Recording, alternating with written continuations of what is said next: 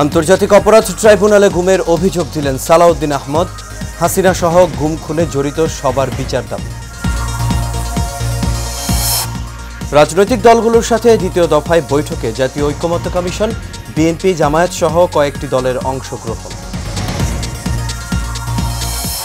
চাঁপাইনবাবগঞ্জ সীমান্ত দিয়ে আবারও বাংলাদেশে ৮ জনকে পুশিনের চেষ্টা করেছে বিএসএফ, আটক করল বিজিবি। এবং ঈদুল আজহাকে সামনে রেখে নারীর টানে ঢাকা ছাড়ছেন ঘরমুখ মানুষ। ঢাকা টাঙ্গাইল মহাসড়কে যান চলাচলে ধীর গতি।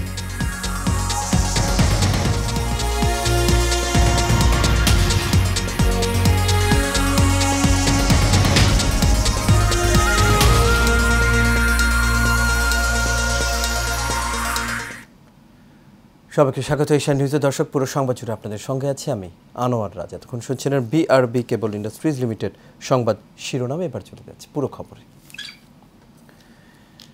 ভারতে পালিয়ে যাওয়া শেখ হাসিনা সহ ৭ জনের বিরুদ্ধে আন্তর্জাতিক অপরাধ ট্রাইব্যুনালে গুমের অভিযোগ জমা দিয়েছেন বিএনপির স্থায়ী কমিটির সদস্য সালাউদ্দিন আহমেদ। ট্রাইব্যুনালের চিফ প্রসিকিউটর অ্যাডভোকেট তাজুল ইসলামের কাছে এই অভিযোগ জমা দেন তিনি। এর আগে গত ১৫ অক্টোবর তিনি গুম সংক্রান্ত কমিশনেও নিজের গুমের অভিযোগ জমা দেন। আজ অভিযোগ জমা দিয়ে সালাউদ্দিন আহমেদ সাংবাদিকদের বলেন, গুম খুনের বিষয়ে আন্তর্জাতিক অপরাধ ট্রাইব্যুনালে মামলা দায়ের করা হবে। তবে এখনও এই ব্যাপারে দৃশ্যমান কোনো কার্যক্রম দেখা না যাওয়ায় ক্ষোভ জানান তিনি। এ সময় পলাতক প্রধানমন্ত্রী শেখ হাসিনা সহ গুম খুনে জড়িত সবার বিচার নিশ্চিত করার দাবি জানান বিএনপির নেতা। জাতীয় ঐকমত্য কমিশনের সাথে দ্বিতীয় দফায় আবারও বৈঠকে বসেছে রাজনৈতিক দলগুলো। সকাল 11:30টায় রাজধানীর বেইলি রোডে ফরেন সার্ভিস একাডেমিতে শুরু হয় এই বৈঠক। বৈঠকে সভাপতিত্ব করেন ঐকমত্য কমিশনের সহসভাপতি আলী রিয়াজ। বৈঠকে অংশ নিয়েছেন বিএনপি, জামায়াত ইসলামী সহ বিভিন্ন রাজনৈতিক দল ও জোটের নেতারা। গতকাল দ্বিতীয় দফা বৈঠকের উদ্বোধন করেন প্রধান উপদেষ্টা ঐকমত্য কমিশনের চেয়ারম্যান ডক্টর মোহাম্মদ ইউনুস। সংস্কারের বিষয়ে বিভিন্ন রাজনৈতিক দলের মধ্যে যে দূরত্ব আছে তা দূর করতেই দ্বিতীয় দফায় আয়োজন করা হয়েছে এই আলোচনার।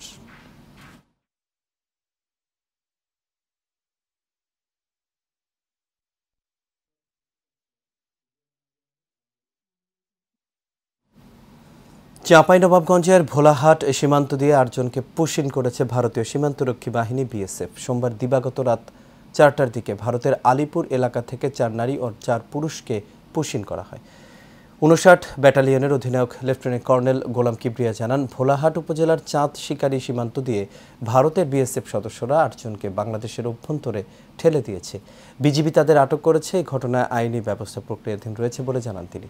এর আগে 27 মে চাঁপাইনবাবগঞ্জের গোমস্তাপুর উপজেলার রাধানগর ইউনিয়নের বিভীষণ সীমান্ত দিয়ে 17 জনকে পুশিন করে বিএসএফ।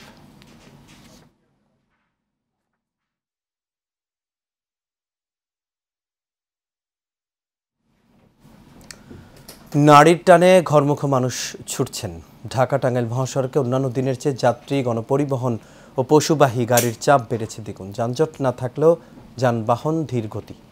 মঙ্গলবার ঢাকা টাঙ্গাইল মহাসড়কে চন্দ্রা এলাকায় এমন চিত্র দেখা যায়। জানা গেছে, উত্তরবঙ্গের 17টি জেলার মানুষ প্রতি বছর ঈদ আসলেই চন্দ্রা এলাকা দিয়েই প্রিয়জনের সঙ্গে ঈদের আনন্দ ভাগাভাগি করতে বাড়ি যান, যার ফলে ভোগান্তিতে পড়তে হয় তাদের। মঙ্গলবার সকালে ওই মহাসড়কে যানজট না থাকলেও যানবাহন চলছে ধীর গতিতে। ছোট ছোট অনেক কারখানা ছুটি ঘোষণা করা হয়েছে, ফলে প্রিয়জনের সঙ্গে ঈদের আনন্দ ভাগাভাগি করতে পরিবার পরিজন নিয়ে বাড়ি যাচ্ছেন নানা পেশার মানুষ। যানজট নিরসনে মহাসড়কে পুলিশ সদস্যদের তেমন কোনো তৎপরতা চোখে পড়েনি।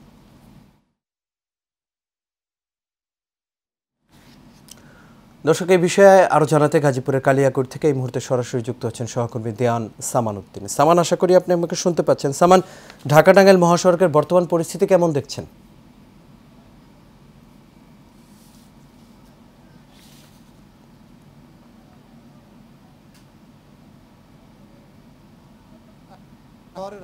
এই মুহূর্তে আমি দাঁড়িয়ে আছি ঢাকা টাঙ্গাইল মহাসড়কের এলাকা। আপনি যেমনটি জানতে চেয়েছেন, ঢাকা টাঙ্গাইল মহাসড়কের সার্বিক পরিস্থিতি আমি যদি আপনাকে একটু দেখাতে চাই। ঢাকা টাঙ্গাইল মহাসড়ক এখন কিন্তু স্বাভাবিক অবস্থায় রয়েছে। এই মহাসড়কে কিন্তু আইন শৃঙ্খলা বাহিনী যারা আছে তারা তৎপর রয়েছে।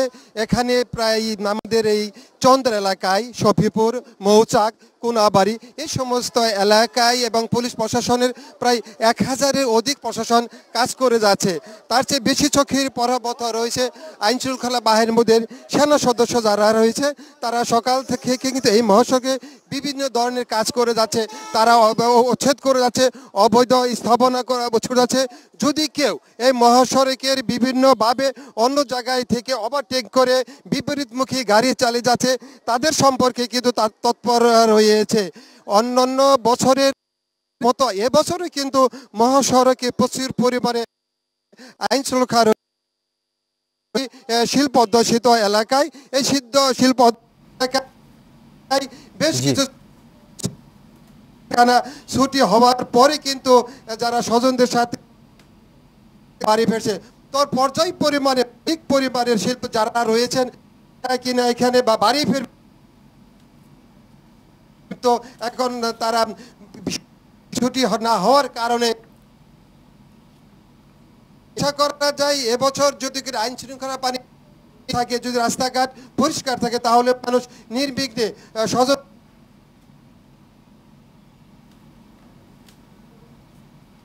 সামান,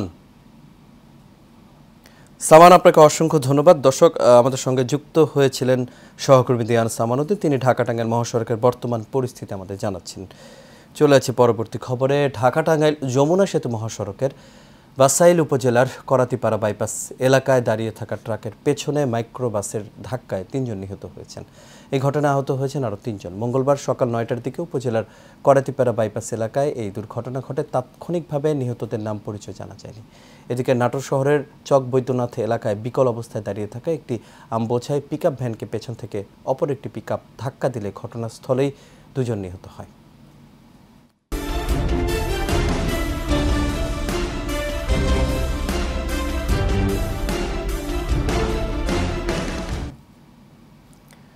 দেড়শো বছরের পুরনো কুষ্টিয়া কোর্ট স্টেশনে আজও লাগেনি আধুনিকতার ছোঁয়া। সংস্কারের অভাবে তা পরিণত হয়েছে জরাজীর্ণ অবস্থায়। ফলে প্রতিনিয়তই ভোগান্তি আর দুর্ভোগ পোহাতে হয় যাত্রীদের। হারুনুর রশিদের ক্যামেরায় হাসিবুর রহমান রিজুর রিপোর্ট, জানাচ্ছেন জামালুন নূর। ট্রেন আসলেই কুষ্টিয়ার কোর্ট স্টেশনে যাত্রীদের এমন ভোগান্তির দৃশ্য দীর্ঘদিনের। প্ল্যাটফর্ম নিচু হওয়ায় যাত্রীরা সহজে উঠতে পারেন না ট্রেনে। যাতায়াতের জন্য স্টেশনটি এখানকার মানুষের জন্য অনেক কার্যকর হলেও যাত্রী সেবার মান নিয়ে অভিযোগের শেষ নেই। পুরো রেল স্টেশনেই যাত্রী সেবার মান খুবই খারাপ। নেই মানসম্মত বিশ্রামাগার, বেহাল দশার টয়লেটেরও। ফলে প্রতিনিয়তই দুর্ভোগ পোহাতে হয় যাত্রীদের। প্ল্যাটফর্ম থেকে এটা অনেক নিচু, অনেক সময় দেখা যায় যে বৃদ্ধ লোকদের স্টেশন থেকে ট্রেন থেকে নামতে বা উঠতে অনেক কষ্ট হয়। তার জন্য অনেক কষ্ট করতে হয়, পাদানি নাই, কোনো কিছু নাই, অনেকে স্লিপ করে। বৃষ্টিতে সব পানি প্ল্যাটফর্ম ভিজে একদম কলা লাগেতে রোডের এই জায়গায় পানি বেশি বাজিয়ে থাকে।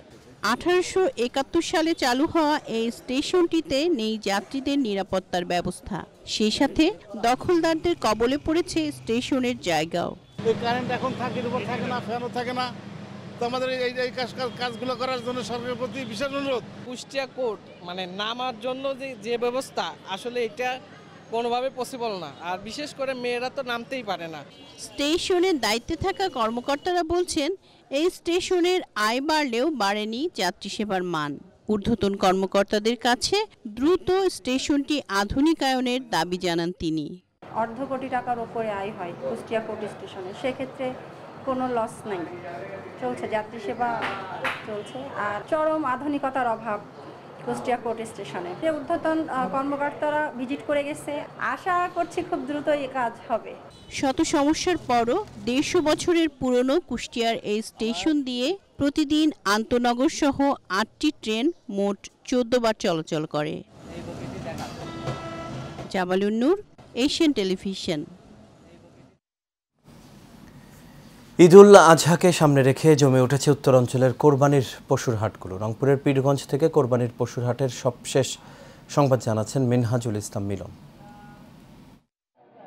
জি, আপনি যেমনটা বলছিলেন, আমি এই মুহূর্তে অবস্থান করছি রংপুরের পীরগঞ্জ উপজেলার ঐতিহ্যবাহী একটি হাটে, কুরবানির গরুর হাট, যেটাতে বেশ কিছু কিন্তু কুরবানির গরু উঠেছে। এর মধ্যে কিন্তু বেশ কিছু ক্রেতা বিক্রেতার সমাগম ঘটেছে এই হাটে। আপনাদেরকে যদি ক্যামেরা চোখে একটু দেখানোর চেষ্টা করি যে এই হাটে যদিও আর বেশ কয়েকদিন বাকি আছে কুরবানির ঈদ, তারপরেও কিন্তু ক্রেতা বিক্রেতা যারা আছে তারা কিন্তু এরই মধ্যে কিন্তু এই কুরবানির পশু ক্রয় বিক্রয়ে কিন্তু ব্যস্ত সময় পার করছে। তবে আরেকটু বিষয় আপনাকে জানিয়ে রাখতে চাই যে আর কিছুদিন গেলে, হয়তো বা 2-1 দিন গেলে কিন্তু এই কুরবানির পশুর হাটগুলো একেবারেই কিন্তু জমে উঠবে, এমনটা জানাচ্ছে। তবে যারা হাট ইজারাদার আছে তাদের সঙ্গে আমি কথা বলেছি, তারা যেটা জানাচ্ছে যে জাল নোট শনাক্তের জন্য বেশ কিছু তারা পদ্ধতি অবলম্বন করেছে, এবং যারা বিক্রেতা আছে তারা যেটা জানাচ্ছে যে প্রতি বছরের তুলনায় এবার কিন্তু কুরবানির পশু কিন্তু দাম কম কিছুটা রয়েছে।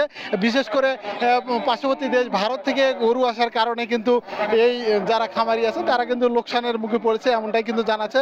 তবে যারা ক্রেতা আছে তারাও কিন্তু জানাচ্ছে যে প্রতি বছরের তুলনায় এবারে কিন্তু কুরবানির পশু কিন্তু একেবারে তাদের ক্রয় ক্ষমতার লাগালের মধ্যে আছে, এমনটাই কিন্তু আমাকে জানিয়েছে। আমি প্রশাসনের সঙ্গে কথা বলছি, তারা যেটা জানাচ্ছে যে পীরগঞ্জের বেশ কিছু কুরবানি পশুর হাট রয়েছে, সেগুলো তো যাতে করে কোনো ধরনের বিশৃঙ্খলা না হয় সেজন্য কিন্তু আইন শৃঙ্খলা বাহিনীও কিন্তু বেশ তৎপর রয়েছে। এই ছিল আমার কাছে রংপুরের পীরগঞ্জ থেকে কুরবানির পশুর হাট থেকে সর্বশেষ।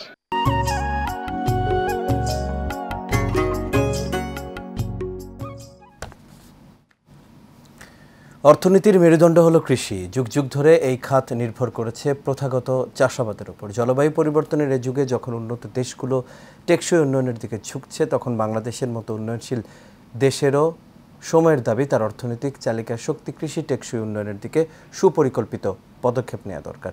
তেমনি লুমিনাসের কৃষি প্রোডাক্ট কার্যকরী ভূমিকা পালন করছে, যার মাধ্যমে অল্প সময়ে কৃষকদের আস্থা অর্জনে সক্ষম হয়েছে প্রতিষ্ঠানটির কৃষি প্রোডাক্ট মিরাক্কেল গ্রোথ সহ বিভিন্ন পণ্য। এর ধারাবাহিকতায় লুমিনাস দেশের বিভিন্ন অঞ্চলের কৃষকদের নিয়ে মাঠ পর্যায়ে আলোচনা ও সেমিনার সহ কৃষিক্ষেত্রে বিশেষ অবদানের জন্য স্বীকৃতি প্রদান ও ফলন বৃদ্ধিতে কাজ করে যাচ্ছে।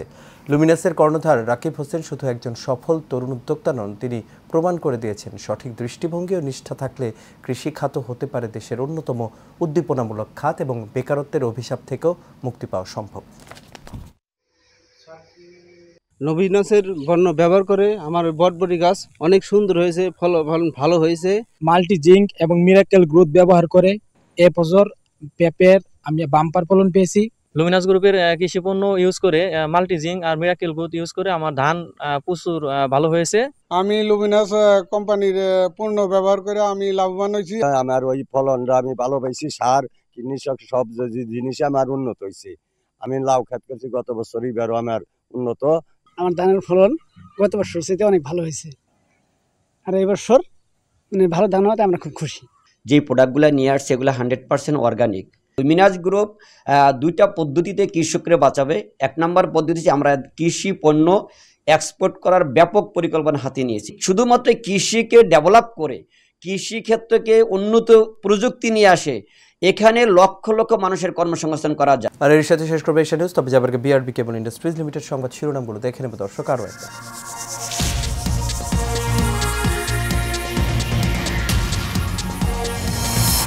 আন্তর্জাতিক অপরাধ ট্রাইব্যুনালের গুমের অভিযোগ দিলেন সালাউদ্দিন আহমেদ। হাসিনা সহ গুম খুনে জড়িত সবার বিচার দাবি। রাজনৈতিক দলগুলোর সাথে দ্বিতীয় দফায় বৈঠকে জাতীয় ঐক্যমত্য কমিশন, বিএনপি জামায়াত সহ কয়েকটি দলের অংশগ্রহণ। চাঁপাইনবাবগঞ্জ সীমান্ত দিয়ে আবারও বাংলাদেশে 8 জনকে পুশিনের চেষ্টা করেছে বিএসএফ, আটক করল বিজিবি। এবং ঈদুল আজহাকে সামনে রেখে নারীর টানে ঢাকা ছাড়ছেন ঘরমুখ মানুষ। ঢাকা টাঙ্গাইল মহাসড়কে যান চলাচলে ধীর গতি।